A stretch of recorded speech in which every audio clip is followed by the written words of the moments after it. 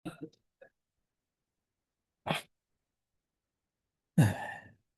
Bismillahirrahmanirrahim. Assalamualaikum warahmatullahi wabarakatuh. Waalaikumsalam warahmatullahi wabarakatuh. Alhamdulillah, Bu Rika, Pak Budi, bagaimana kabarnya? Semoga sehat-sehat ya Bu ya, Pak. Alhamdulillah, luar biasa. Allahu Akbar. Ya, Insya Allah ini siang ini kita akan coba ya dalam Sepi Halal Talk ini kita coba melakukan sedikit analisis ataupun review terhadap salah satu jurnal ya, yang judulnya ini ya, Pak, implementasi prinsip syariah dalam manajemen keuangan perusahaan pada industri halal. Ya, mungkin moga-moga ini cukup menarik ini ya, Pak, artikel atau jurnal ini, dan moga-moga juga nanti bermanfaat ya untuk kita maupun untuk para ya pemirsa sekalian lah ya yang menyaksikan podcast ataupun obrolan terkait halal pada kesempatan siang hari ini. Oke, mungkin bisa dilanjutkan Pak Budi ya. Next coba. Eh, ya next saja mungkin Pak Budi ya. Nah, sebagai informasi awal ya, para pemirsa sekalian, jurnal yang akan kita review pada siang hari ini, judulnya tadi ya, implementasi prinsip syariah dalam manajemen keuangan perusahaan pada industri halal, berupa studi literatur. Ini disusun oleh 3 orang mahasiswa ya, Perwira Hasibuan, Astri Hanun Lubis, Reniria Armayani Hasibuan, tiga-tiganya mahasiswa Universitas Islam Negeri Sumatera. Kalau kita cari ya di apa jurnal-jurnal itu keywordnya ada 3 ini terkait halal industri, Islamic Financial Management dan Syariah Compliant. Diterbitkan di majalah Elastisitas ya, berupa Jurnal Manajemen Akuntansi Keuangan volume 1 tahun 2025. Oke, lanjut Pak Budi ya. Nah, mungkin Pak bisa untuk latar belakang bisa dilanjutkan Bu Rika. Monggo Bu Rika. Oke, siap. Bismillah. Nah, terima kasih Pak Yoga. Kita bahas sekarang di landasan teori ya. Apa yang sih yang digunakan landasan teori dalam artikel ini? Nah, dalam manajemen keuangan syariah ada 3 hal pokok yang wajib dihindari gitu ya. Pertama apa itu? Yaitu riba, yaitu segala bentuk bunga dan tambahan yang tidak adil dalam transaksi.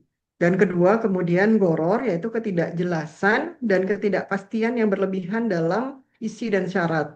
Kemudian yang ketiga itu maisir. Apa sih maisir itu? Yaitu transaksi yang bersifat spekulatif dan menyerupai perjudian. Kemudian selain larangan tersebut, ada nilai-nilai yang seharusnya dijunjung tinggi, yaitu amanah dan integritas dan kepercayaan dalam mengelola dana. Adil atau adil dalam pembagian risiko dan hasil usaha secara proporsional, serta maslahah yang mengutamakan kemaslahatan bersama, bukan sekedar mengejar keuntungan semata.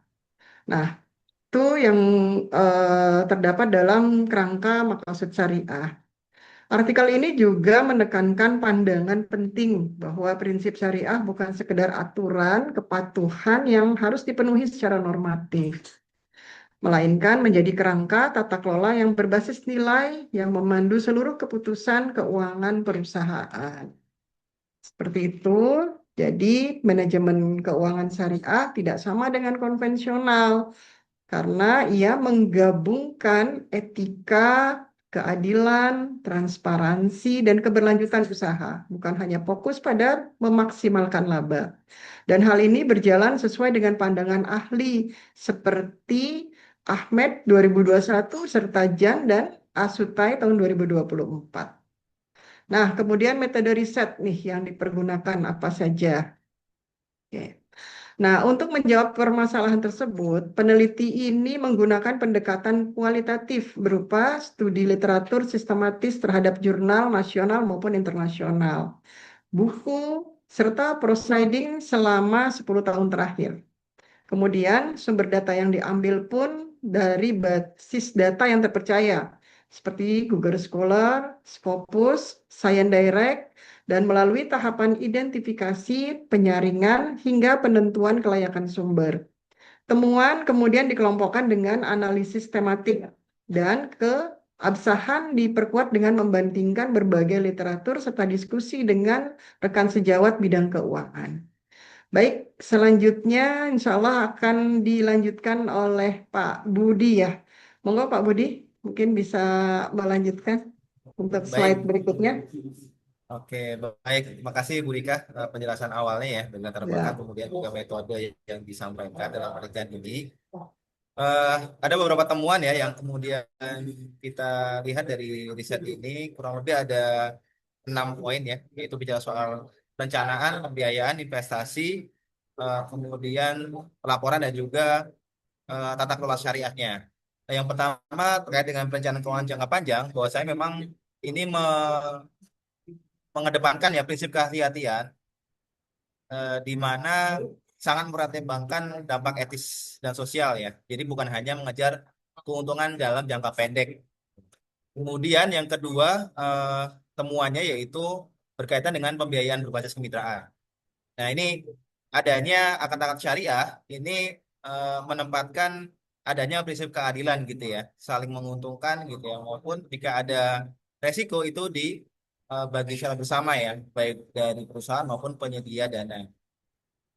Dan yang ketiga adalah soal temuan berikutnya berkaitan dengan investasi di mana basisnya adalah aset real ya, fokusnya pada sektor hal dan produktif di mana sangat menghindari instrumen yang bersifat spekulatif ya. Karena ini tadi ya disampaikan Berika adanya horor ya itu kalau spekulatif itu sehingga sangat dihindari. Nah, namun memang tantangannya adalah variasi produk investasi syariah sangat terbatas untuk saat ini. Kemudian yang berkaitan dengan temuan yang berkaitan dengan pelaporan dan tata kelola syariah, yang pertama bahwasanya pelaporan keuangan berbasis syariah ini adanya prinsip dalam akuntansi syariah yaitu adanya transparansi dan akuntabilitas. Ini apa namanya sebagai bagus ya adanya akuntansi syariah itu justru meningkatkan prinsip transparansi dan akuntabilitas. Namun tantangannya adalah adanya standar yang belum seragam antar negara terkait dengan regulasi ini. Meskipun kita tahu semua ya adanya regulasi atau standar dari AOIV, namun sejatinya belum merata di seluruh negara. Kemudian temuan berikutnya yaitu berkaitan dengan Islamic Corporate Governance, bahwasanya ya keberhasilan implementasi ini itu bergantung terhadap bagaimana manajemen puncak eh, itu sangat peduli ya adanya prinsip ini gitu ya.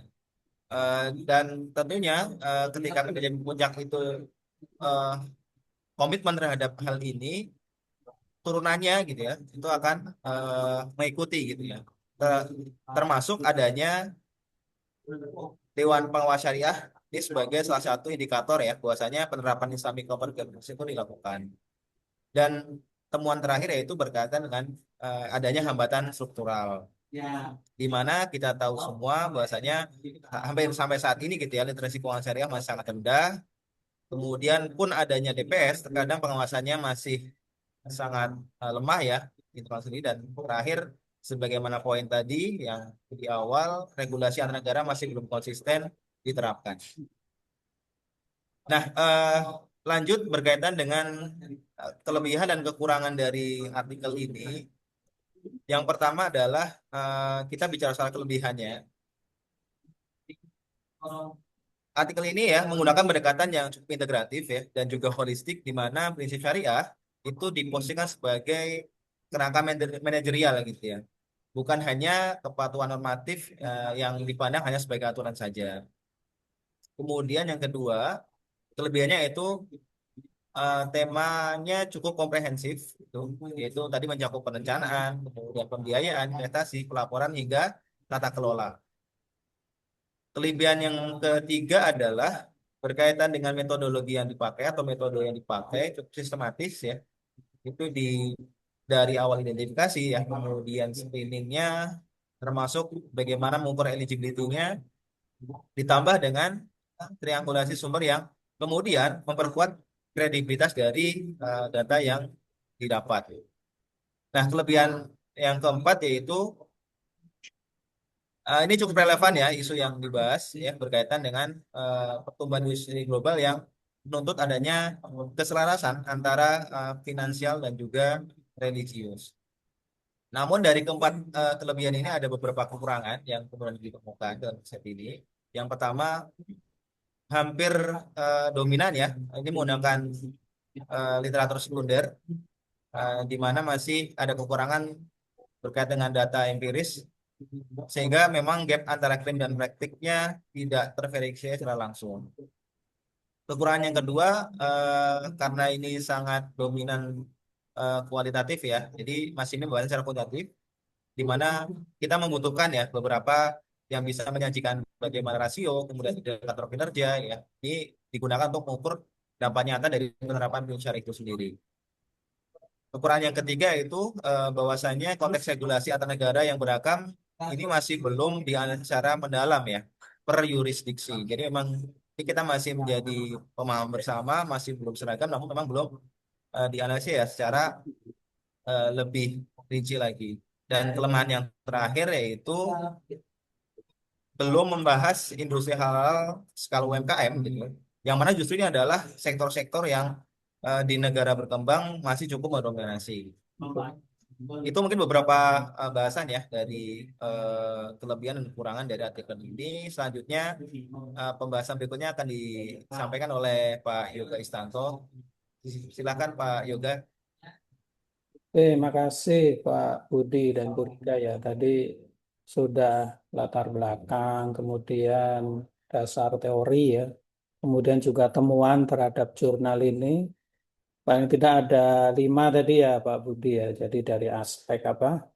Eh, Perencanaan, pembiayaan, investasi, pelaporan dan tata kelola syariah.